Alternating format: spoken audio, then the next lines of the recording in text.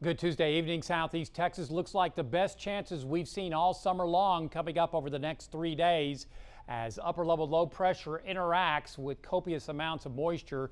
Then a pretty respectable chance coming up this weekend, but the trend will be towards drier, hotter weather conditions Monday and Tuesday.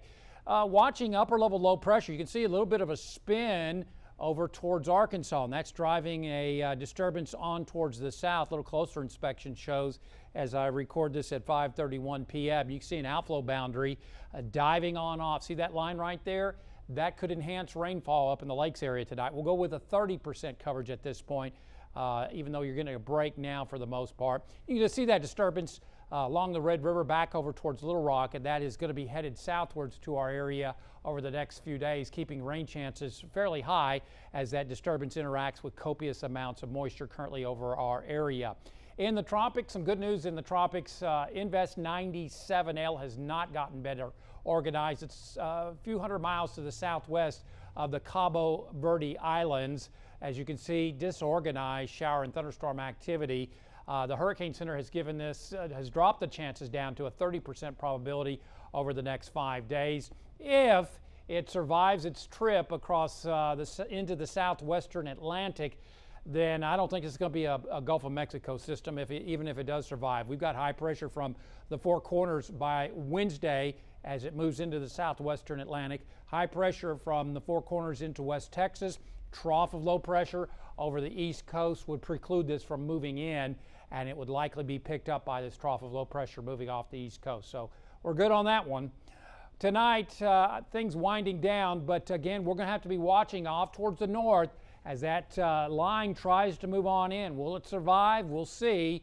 Otherwise, if it doesn't, we will see a better chance coming up tomorrow with daytime heating and that moisture disturbance moving on in.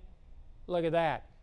Scattered to numerous showers and thunderstorms moving over southeast Texas coming up tomorrow afternoon if the timing is correct. It's all due to this disturbance sliding on southward on into our area in southwest Louisiana. That low will interact with that moisture, and we think it'll be a pretty good wet pattern coming up as we finish out this week. On the Gulf of Mexico, slightly choppy seas around 2 feet in your coastal marine forecast tomorrow. We'll see southeast winds at 5 to 10 knots, water temperature 87. High tides at Sabine Pass at 4:36 a.m. and 12:16 p.m. So I'll keep a 30% coverage in the lakes area, otherwise partly cloudy, lower 70s lakes, mid to upper 70s to near 80 in the triangle. Tomorrow about a 60% coverage, mainly afternoon, so it's not going to rain all day, but I think the coverages will be fairly respectable. Highs close to around 90 degrees, and again, you get some of those slow-moving showers or storm, it'll knock you into the 70s. Extended forecast calls for cooler afternoon high temperatures. Look at Thursday and Friday. May not get out of the 80s with a 70 to 80% coverage. Now, that doesn't mean it's going to rain all day, but there's going to be a good coverage, and I think through Friday, 2 to 4 inches is possible. And as you can see, rain chances start going down, high temperatures start popping back up over the course of this weekend.